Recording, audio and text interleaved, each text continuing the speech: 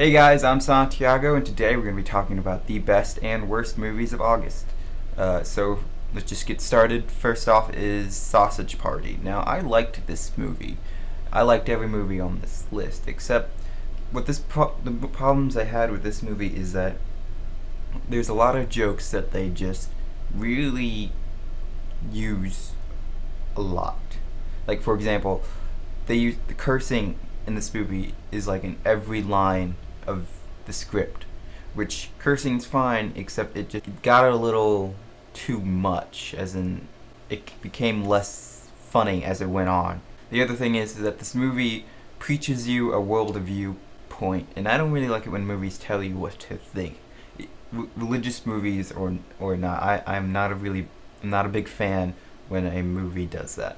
Okay, next is Florence Foster Jenkins. Now, this movie was alright. It had great talent in it with Meryl Streep and Hugh Grant, but other than that, I didn't really feel anything else in this movie. I just left the theater and was like, alright, that happened. And the story is good. There is some humor that's in there, but there's nothing really special about this movie.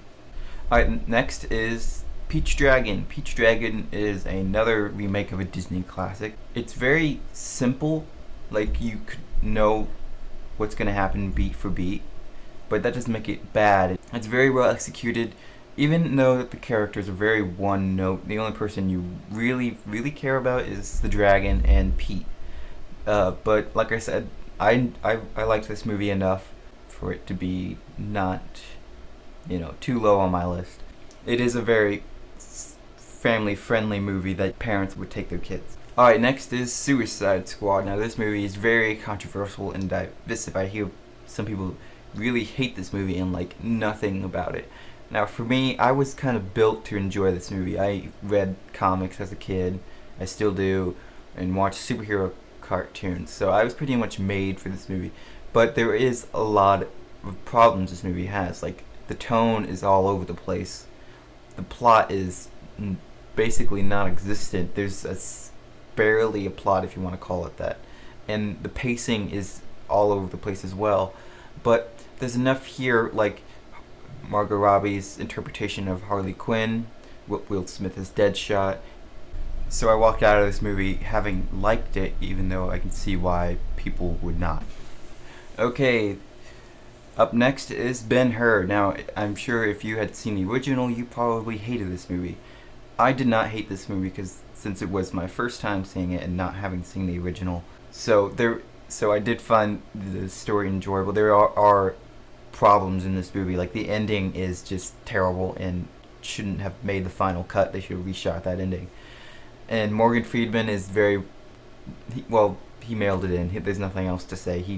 He read his lines and that was it. There's nothing to his performance that's breathtaking. But besides that, the two leads of this movie really brought their A game, and I really enjoyed seeing the interaction and the story as well. Since it is my first time, the story really grabbed me, so I like this movie a lot more than the people who had not seen the original, but I do agree that ending is terrible. Now, getting into the great movies of August, Don't Breathe. Don't Breathe is another horror film that's really, the horror genre this year has been really stepping their A game up with Lights Out, Conjuring 2, and now Don't Breathe. This movie will have you on the edge of your seat the whole time. I didn't feel like any of the characters made a stupid decision, although robbing a veteran was probably a stupid idea.